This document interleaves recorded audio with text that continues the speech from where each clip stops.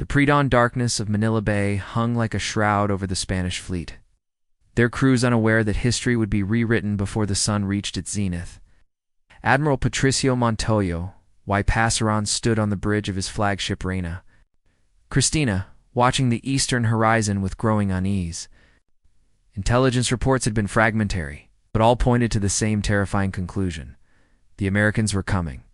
Commodore George Dewey's Asiatic squadron had slipped through the night like phantoms of war, their coal-blackened hulls invisible.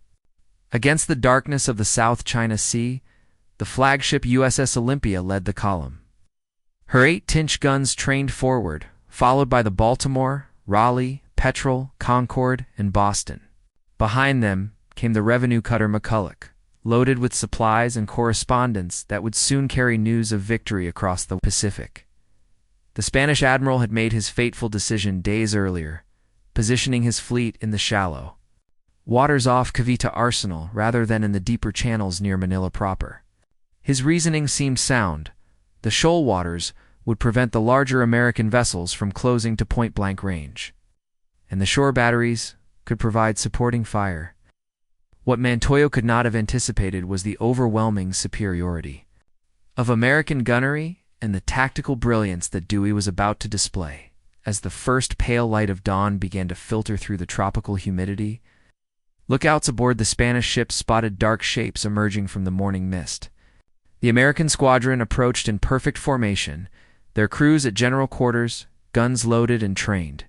The distance closed steadily, 6,000 yards, 5,000, 4,000. Spanish gunners waited tensely for the order to open fire. Their antiquated weapons no match for the modern American artillery bearing down upon them. At exactly 5:13:09 in the morning, the tranquil waters of Manila Bay erupted into chaos. The Spanish shore batteries at Cavite opened fire first, their shells falling short of the American line.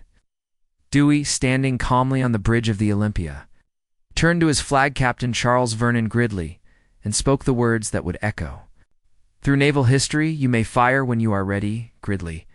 The broadside that followed shattered the morning calm like thunder from a clear sky. The Olympia's 8-inch guns roared in unison, their shells screaming across the water toward the Spanish fleet. The Baltimore and Boston added their voices to the deadly chorus, while the smaller vessels maneuvered to support the flagship's assault. The Spanish ships, caught in the open water with nowhere to retreat, returned fire desperately, their shots largely ineffective against the superior American gunnery. Within minutes, the battle had devolved into a one-sided slaughter. The Reina Cristina, flying Admiral Montoyo's flag, took hit after hit from American shells. Her wooden hull splintered under the impact, and fires broke out along her length. The Spanish cruiser Don Antonio de Ulloa suffered similar punishment, her crew fighting desperately to keep their guns in action even as their ship disintegrated. Around them, the morning sun rose over a scene of devastation that would mark the end of Spanish colonial power in the Pacific and herald America's emergence as a global naval force. The methodical destruction of the Spanish fleet unfolded with terrifying precision as Commodore Dewey executed a series of tactical maneuvers that would be studied in naval academies for generations. The American squadron steamed in perfect formation along the 5-fathom curve, maintaining optimal range while delivering devastating broadsides into the heart of the Spanish line. Admiral Montoyo, realizing the hopelessness of his position, ordered his flagship to close with the enemy in a desperate attempt to engage at shorter range, where Spanish courage might compensate for inferior firepower. The Reina Cristina surged forward through the smoke and flame, her crew cheering as they charged toward certain death. The gallant attempt lasted mere minutes before American shells tore through her superstructure, killing her captain and wounding dozens of sailors. The USS Baltimore, under Captain Nehemiah Mayo Dyer, had positioned herself to rake the Spanish line from stern to bow. Her 6-inch rapid-fire guns spoke in measured volleys, each salvo finding its mark with deadly accuracy. The Spanish cruiser Castilla, anchored near the Cavite shore, became a particular target for American gunfire. Built of wood and utterly obsolete by modern standards, she absorbed punishment that would have sunk a dozen ships of her era. According to contemporary accounts from the New York Herald's correspondent aboard the McCulloch, the Spanish sailors displayed remarkable bravery in the face of overwhelming odds, continuing to serve their guns even as their ships burned around them. The correspondent noted that the Spanish showed no lack of courage, but courage alone cannot overcome such disparity in material and training. Captain Frank Wilds of the USS Boston maneuvered his vessel with consummate skill, bringing his I-10 guns to bear on the Spanish gunboat Isla de Luzon. The small Spanish vessel, no larger than a tugboat, had the audacity to engage the much larger American cruiser. The unequal contest lasted only moments before the Isla de Luzon disappeared beneath the waves, taking most of her crew with her. The Spanish shore batteries at Cavite continued their ineffective bombardment, their ancient guns unable to reach the American ships maneuvering just beyond effective range. The battery commanders watched in horror as their fleet was systematically destroyed, while they remained powerless to intervene. Occasionally, a Spanish shell would raise a waterspout near an American vessel, but no hits were recorded during the entire engagement. By 7 o'clock, less than 90 minutes after the first shot was fired, the Spanish resistance had been effectively broken.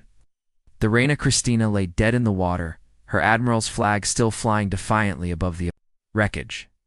The Don Antonio de Ulloa had run aground near the Cavite shore, her crew abandoning ship as fires consumed her interior.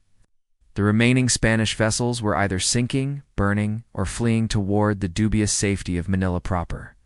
Commodore Dewey, observing the destruction through his binoculars, called a temporary ceasefire to assess the damage to his own squadron. The pause in the bombardment allowed the Spanish survivors to begin rescue operations. Pulling wounded sailors from the burning hulks that had once been proud warships, the American Commodore's decision to halt the slaughter demonstrated both tactical wisdom and humanitarian compassion, qualities that would define American naval leadership in the century to come. The brief lull in the battle provided Commodore Dewey with an opportunity to evaluate his squadron's condition and plan. The final phase of the engagement, as the smoke cleared over Manila Bay, the extent of American dominance became starkly apparent. Not a single vessel in the Asiatic squadron had suffered significant damage, while the Spanish fleet lay in ruins across the shallow waters off Cavite. During the ceasefire, Dewey's ships reformed their battle line and replenished their ammunition. The crew of the USS Olympia worked with mechanical efficiency, hoisting fresh shells from the magazines while damage control parties inspected every inch of the flagship for signs of enemy hits. To their amazement, they found only superficial scratches from Spanish shell fragments testament to both the superior construction of American warships and the ineffectiveness of Spanish gunnery. The Spanish, meanwhile, faced a desperate situation. Admiral Montoyo had transferred his flag from the mortally wounded Reina Cristina to the smaller cruiser Isla de Cuba. But even this vessel showed signs of serious damage from American shellfire. The surviving Spanish captains gathered for a hasty conference, their options limited and their ammunition running dangerously low. Some advocated for a final suicidal charge against the American line, while others urged immediate surrender to prevent further loss of life. At 10:41 in the morning, Dewey signaled his captains to resume the bombardment. The American squadron steamed once again into range of the Spanish positions, their guns elevated for maximum effect. This time, however, the target was not just the remaining Spanish warships, but the shore installations at Cavite Arsenal itself. The Commodore had decided to eliminate Spanish naval power in the Philippines completely and permanently. The USS Concord, under Commander Asa Walker, led the assault on the Cavite Naval Yard.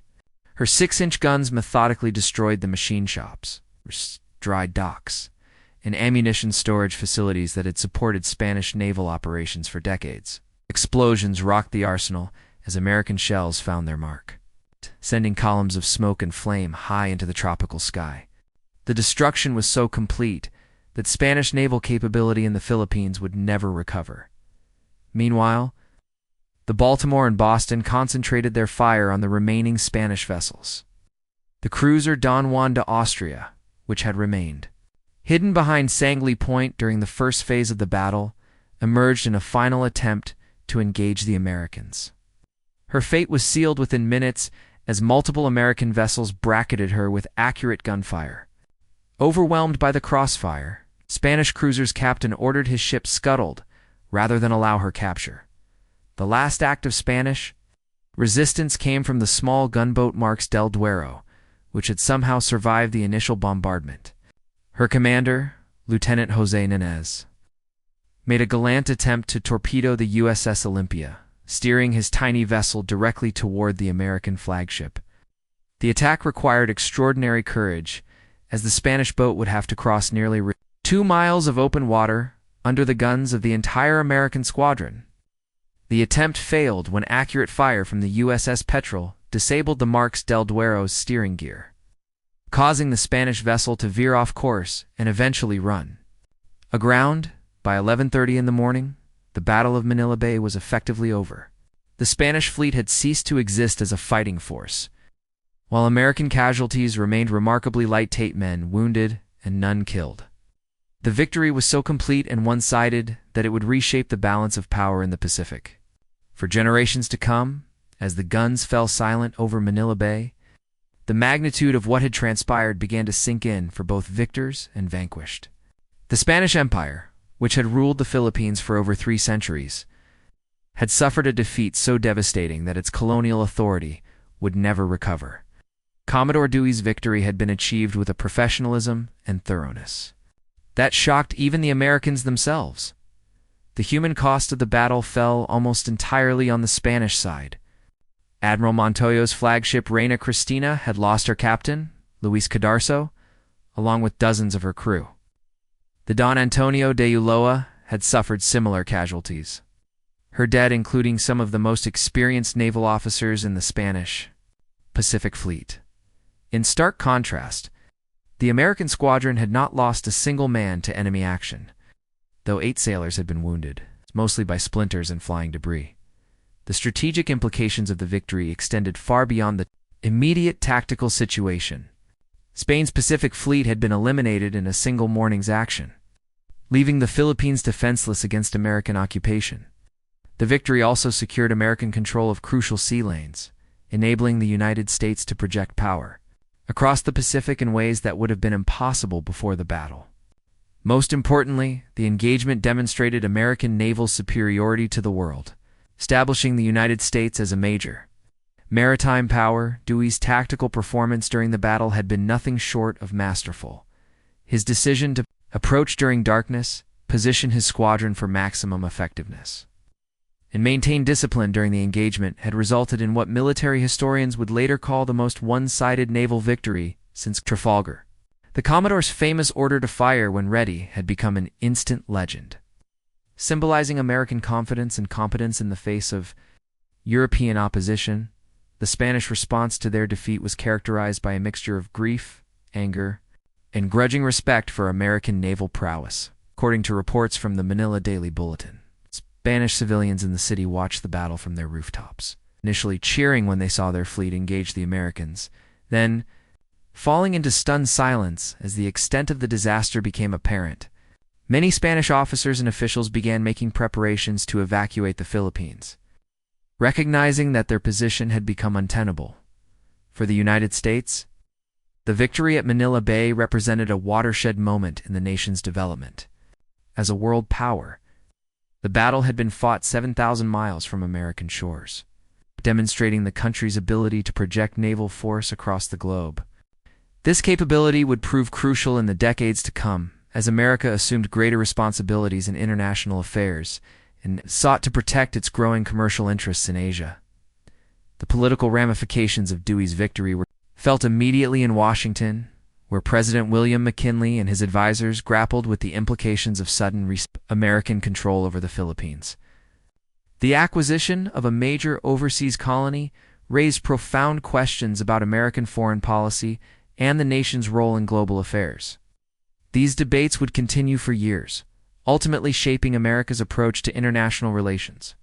Well into the 20th century, as the sun set over Manila Bay on May 1st, 1898, the age of Spanish dominance in the Pacific had ended. and the era of American hegemony had begun. In the immediate aftermath of the battle, Commodore Dewey faced the complex challenge of consolidating his stunning victory. While maintaining order in Manila Bay, the Spanish fleet lay in ruins. But the city of Manila itself remained under Spanish control, defended by several thousand troops and protected by land-based fortifications that the American naval squadron could not effectively engage. The Commodore found himself in the unusual position of having achieved complete naval supremacy while lacking the ground forces necessary to occupy his conquest. The Spanish authorities in Manila, led by Governor-General Basilio Agustin y Davila, initially attempted to maintain the fiction that their position remained viable. Despite the destruction of their fleet, Spanish officials insisted that the city's defenses could withstand American attack indefinitely. This optimism proved short-lived, as reports arrived of Filipino revolutionaries mobilizing throughout the archipelago. Inspired by the Spanish defeat to renew their struggle for independence, Dewey's immediate priorities focused on securing his squadron's position and establishing communication with Washington. The Commodore ordered the capture of Cavite Arsenal, which surrendered without resistance after the naval bombardment had destroyed most of its facilities. American sailors and Marines occupied the facility, providing Dewey with a secure base of operations and access to the telegraph cables that connected the Philippines to the outside world. The first messages sent to Washington carried news of the victory, along with requests for reinforcements and instructions regarding the administration of conquered territory. The international reaction to the Battle of Manila Bay was swift and significant. European naval powers, particularly Great Britain and Germany, immediately recognized that the balance of power in the Pacific had shifted dramatically. British naval officials privately welcomed American success, seeing it as a counterweight to growing German influence in the region. The German response was more complex, as Kaiser Wilhelm II had his own ambitions in the Pacific and viewed American expansion with suspicion and concern. According to dispatches published in the London Times during the weeks following the battle, European military experts were astounded by the completeness of the American victory. Naval analysts had expected a much closer contest, given Spain's reputation as a traditional maritime power and the perceived inexperience of American naval officers in major fleet actions. The reality of modern naval warfare, where superior technology, training, and tactics could produce such one-sided results, forced a re-evaluation of naval power relationships throughout the world.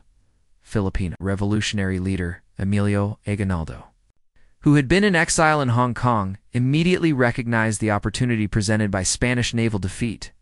Within days of the battle, he was negotiating with American officials for passage back to the Philippines, where he hoped to establish an independent Filipino government under American protection. This arrangement would later prove problematic. As American and Filipino visions of the archipelago's future proved fundamentally incompatible. The Spanish response to their defeat evolved from initial denial through anger to eventual resignation.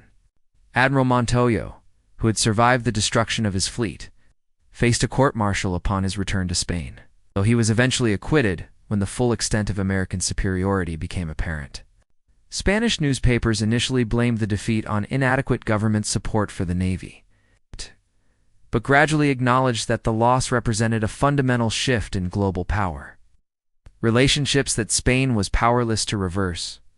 Dewey's squadron settled into routine patrols of Manila Bay while awaiting reinforcements from the United States. The Commodore established a naval blockade of Manila, effectively cutting off Spanish communication with the outside world and preventing the arrival of supplies or reinforcements. This blockade would prove crucial in the eventual American occupation of the city, as it gradually weakened Spanish resolve and strengthened Filipino revolutionary forces operating in the surrounding countryside. The news of Dewey's triumph at Manila Bay reached the United States on May 7, 1898, transmitted via telegraph through Hong Kong after a week-long journey across the Pacific. The announcement sparked unprecedented celebrations across America, as citizens realized that their Navy had achieved one of the most decisive victories in modern naval history. From New York to San Francisco, crowds gathered in the streets to celebrate while newspaper headlines proclaimed the dawn of American naval supremacy. President McKinley, initially cautious about the implications of such a complete victory, quickly recognized the political and strategic advantages that Dewey's success had created. The president's advisors urged him to capitalize on the victory by demanding Spanish concessions not just in the Philippines, but throughout their remaining Pacific territories. The battle had demonstrated American naval capability in a way that no diplomatic negotiation could have achieved, fundamentally altering the United States' position in international affairs. The European powers responded to the American victory with a mixture of respect, concern, and calculation. Kaiser Wilhelm II of Germany immediately ordered additional naval vessels to Philippine waters, ostensibly to protect German commercial interests, but actually to monitor American intentions in the region. The British government, while publicly congratulating the Americans, was privately worried about the implications of a new naval power in the Pacific that might challenge British commercial dominance in Asia. French naval authorities conducted an immediate review of their own Pacific fleet dispositions, recognizing that the American victory had rendered their existing strategic plans obsolete. The French had maintained significant naval forces in Indochina and the South Pacific, but the demonstration of American naval power suggested that these forces might prove inadequate in any future confrontation with the United States Navy. The Japanese government observed the Battle of Manila Bay with particular interest, as Japan was rapidly emerging as a naval power in its own right. Japanese naval officers had been following American naval development closely, and Dewey's victory confirmed their assessment that the United States represented both a potential partner and a possible rival in Pacific affairs. The battle's outcome would influence Japanese strategic planning for decades to come, ultimately contributing to the naval rivalry that would culminate at Pearl Harbor. 43 years later, Russian reaction to the American victory was complicated by Russia's own territorial ambitions in the Pacific.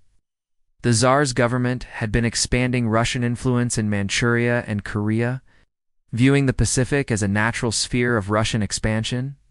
Dewey's victory suggested that American naval power might now contest Russian ambitions in the region, potentially leading to conflicts that neither nation desired, but both began preparing for. According to contemporary reports in the Times of London, European military experts were forced to completely reevaluate their understanding of modern naval warfare. The battle had demonstrated that superior training, technology, and tactics could overcome numerical disadvantages and produce victories of unprecedented completeness. This lesson would influence naval development throughout the world as traditional maritime powers scrambled to modernize their fleets and training programs. The Spanish government's response to the disaster evolved from initial shock through desperate attempts to minimize its significance to eventual acceptance of the new strategic reality. Spanish naval authorities conducted exhaustive investigations into the causes of their defeat, ultimately concluding that the battle had been lost before it began due to inadequate investment in naval modernization and training. These conclusions would influence Spanish naval policy for the remainder of the war and beyond, though by then it was too late to affect the outcome of the conflict. The victory at Manila Bay had transformed the United States from a regional power with limited international influence into a global naval force capable of projecting power across the world's oceans. As the smoke cleared from Manila Bay and the wreckage of the Spanish fleet settled into the tropical waters, the reverberations of Commodore Dewey's victory began to reshape the global order in ways that would define the 20th century. The battle had lasted less than 7 hours, but its consequences would influence international relations for generations to come, marking the definitive emergence of the United States as a world power and the beginning of the end for the Spanish Empire. The immediate strategic consequences of the battle extended far beyond the Philippines themselves. American control of Manila Bay provided the United States with a crucial naval base in the Western Pacific, enabling American power projection throughout Asia and fundamentally altering the region's balance of power. This strategic position would prove invaluable in subsequent conflicts, particularly during the Second World War, when American forces would use Philippine bases to project power throughout the Pacific theater. Dewey himself became an instant national hero, his name synonymous with American naval excellence and the emergence of the United States as a maritime power. Congress promoted him to the rank of Admiral of the Navy, a rank created specifically to honor his achievement and held by no other officer in American naval history. His famous command to fire when ready entered American folklore, symbolizing the confidence and competence that had characterized American performance throughout the engagement. The technological lessons learned from the Battle of Manila Bay influenced naval development throughout the world. The battle had demonstrated the devastating effectiveness of modern naval gunnery when combined with superior training and tactical coordination. European naval powers immediately began programs to upgrade their fleets and improve their gunnery. Training, recognizing that the old methods of naval warfare had become obsolete overnight. The engagement also highlighted the importance of coal-fired propulsion and steel construction in modern naval warfare, accelerating the retirement of wooden sailing vessels from the world's major navies. For Spain, the defeat at Manila Bay represented the beginning of the end of their centuries-old empire. The loss of the Philippines, combined with simultaneous defeats in Cuba and Puerto Rico, forced Spain to confront the reality that their colonial empire was no longer sustainable in the face of modern military power. The Spanish-American War would conclude with the Treaty of Paris in December 1898, formally ending Spanish rule in the Philippines and transferring sovereignty to the United States. The Filipino people found themselves in the complex position of having exchanged Spanish colonial rule for American administration, a transition that would prove far more complicated than either side initially anticipated. The Philippine-American War, which began in February 1899, demonstrated that military victory and political control were separate challenges, requiring different approaches and capabilities. This lesson would prove relevant throughout America's subsequent involvement in overseas conflicts and nation-building efforts. The Battle of Manila Bay also established important precedents for American naval doctrine and strategic thinking. Dewey's emphasis on thorough preparation, superior training, and technological advantage became hallmarks of American naval philosophy throughout the 20th century. The engagement demonstrated that American industrial capacity, when properly directed, could produce naval forces capable of competing with any power in the world. The victory's impact on American public opinion was profound and lasting. The battle convinced Americans that their nation was destined to play a major role in world affairs, helping to overcome the isolationist sentiment that had characterized American foreign policy since the nation's founding. This shift in public attitude would prove crucial in subsequent decades as America assumed greater international responsibilities and eventually emerged as the world's dominant superpower, as the sun set on May 1st. 1898, the age of American naval power had begun with thunder and fire in the waters of Manila Bay. The Spanish Empire's Pacific Fleet lay beneath the tropical waters, but from its ruins had risen a new world order that would define the century to come. Dewey's victory had announced to the world that the United States was no longer a regional power concerned primarily with continental expansion, but a global force capable of projecting military power across the world's oceans and shaping international events according to American interests and values. The flash of steel and fire that had illuminated Manila Bay that morning would continue to echo through history, a reminder of the moment when America stepped onto the world stage as a great power, never to retreat from that position again.